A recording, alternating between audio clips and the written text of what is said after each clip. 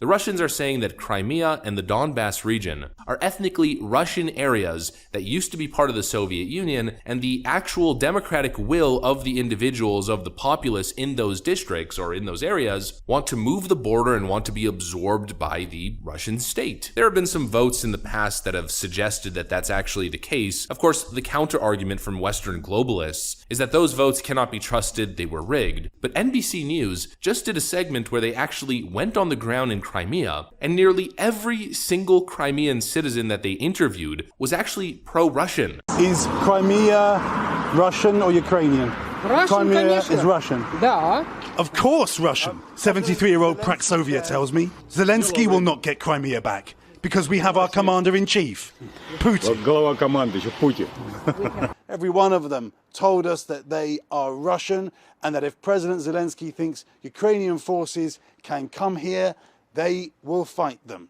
President Zelensky has said that the Ukraine war started here and it will end here, but no one was able to tell us how it will end and how much more blood will be spilt. And following this interview, Ukraine now put NBC News journalist Keir Simmons on their, quote, kill list. Sounds like a beautiful, definitely not corrupt, definitely democratic, egalitarian government that we should be supporting with hundreds of billions of dollars in taxpayer aid. And so the question that I'm asking myself is, in a situation like this, we could probably describe this as an extreme border dispute. Is the answer really all-out war? Billions of dollars in damages, ammunition, weaponry, and tens of thousands of lost lives, both soldiers on either side and civilians? Or is the solution diplomatic? You know, if the people of Crimea and Donbass actually are Russian, identify as Russian, and want to be absorbed by the Russian state, if that's their democratic will, then isn't the West possibly, I'm not saying for sure, isn't the West possibly fighting a war against the democratic will of these regions? If we're truly being honest here, am I promoting Russian propaganda by simply asking questions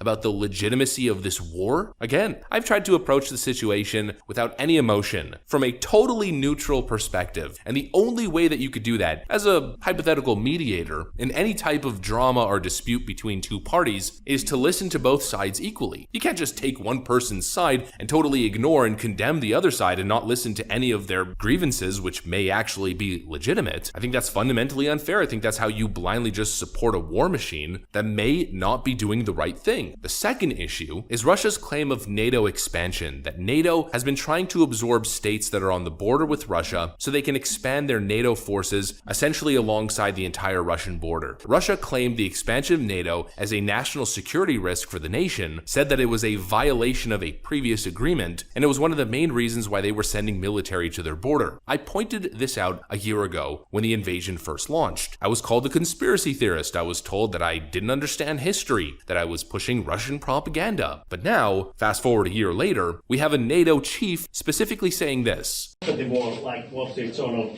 growth?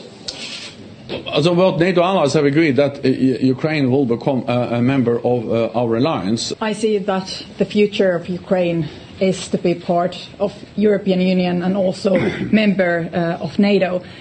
We have taken many steps forward when it comes to military aid to Ukraine, and I'm very glad that we are now cooperating together much more closely to give Ukraine more heavy weapons. We have to support Ukraine as long as it takes. They are in fact now pushing for Ukraine to be a NATO member, essentially expanding NATO to the largest land border with Russia. That's not only an expansion of NATO, that is directly pouring fuel on the fire, essentially in my view, trying to start World War III. I don't get what we are gaining by poking the bear and making the world less stable and less safe, by essentially getting us closer to the threat of World War III, our possible nuclear Armageddon worst case scenario. I mean, what are we even battling for? Is the battle for Crimea even legitimate to begin with? Is it even possible? I mean, MSNBC is now reporting, or at least they're conceding, that Zelensky's goal of retaking Crimea is unrealistic and dangerous. President Zelensky vowed on Sunday to take back Crimea.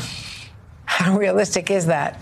The people there whom you spoke to view themselves as Russian. That's right. From those people that we spoke to, it seemed unrealistic. And the idea that NATO weapons might kind of land on this place and potentially kill Russian civilians, and that would be an escalation. But by the way, this is an enormous challenge, and General Mark Milley has made this clear. This is an enormous challenge for the Ukrainians. Yet Zelensky continues to double down. He's taking totally unrealistic, hardline stances, and now even saying stuff like this.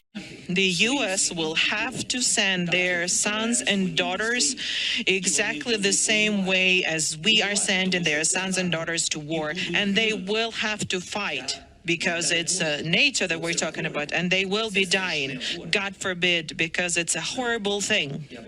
You know, fits right in line with what Lindsey Graham said a week ago. As long as we help Ukraine with the weapons they need and the economic support, they will fight to the last person. So now it's not just Ukrainian lives that they want to sacrifice towards the goal of NATO expansion, it's now American lives. Oh, and I should probably add the context of the question, because of course it's important, it's relevant to the conversation, not just the snippet of what Volodymyr Zelensky said. He was responding to a question answering what happens if Ukraine loses this battle, and he took the fear-mongering route that then the United States would have no choice but to join the battle because NATO countries are next. I find this premise absolutely ridiculous. I think it's typical globalist propaganda, fear-mongering. I don't think Russia is hell-bent on world domination. I think they have an interest in one particular region, and the idea that Russia has the ability to take over the world, one NATO nation at a time, is completely ridiculous. I just don't get it. I don't get it. I feel like there's a diplomatic solution here, and the globalist Ukrainian side is trying to do everything in its power to avoid that. They want all-out war, and I just fundamentally cannot support that, and especially not for Ukraine. You know, the idea of Ukraine joining NATO to begin with, excuse me, but slow your damn roll. First of all, no for world peace reasons, no for diplomatic reasons, and also I'm not even sure that Ukraine qualifies. Ukraine to me seems like an endlessly corrupt authoritarian regime. I don't believe it fits the standard to begin with, and the more time goes on, the more I am convinced that this entire chaotic ordeal is illegitimate and should not be supported to the extent that it is. The only thing that I support, it's what I've been saying for a year now, is for European nations, the United Kingdom, and the United States of America, and maybe I guess Justin Trudeau in Canada, although Canada is rather insignificant on the world stage, but anyways, I mean, little brother can be invited as well, for all of those nations to sit down with Vladimir Putin and the Russian oligarchs for them to find a diplomatic solution to this problem that respects the democratic will of the people of Crimea and the people of Donbass. I don't think that's Russian propaganda. I think it's frankly the only thing that makes sense, because clearly taunting a nuclear powerhouse like Russia is frankly idiotic. Idiotic beyond belief.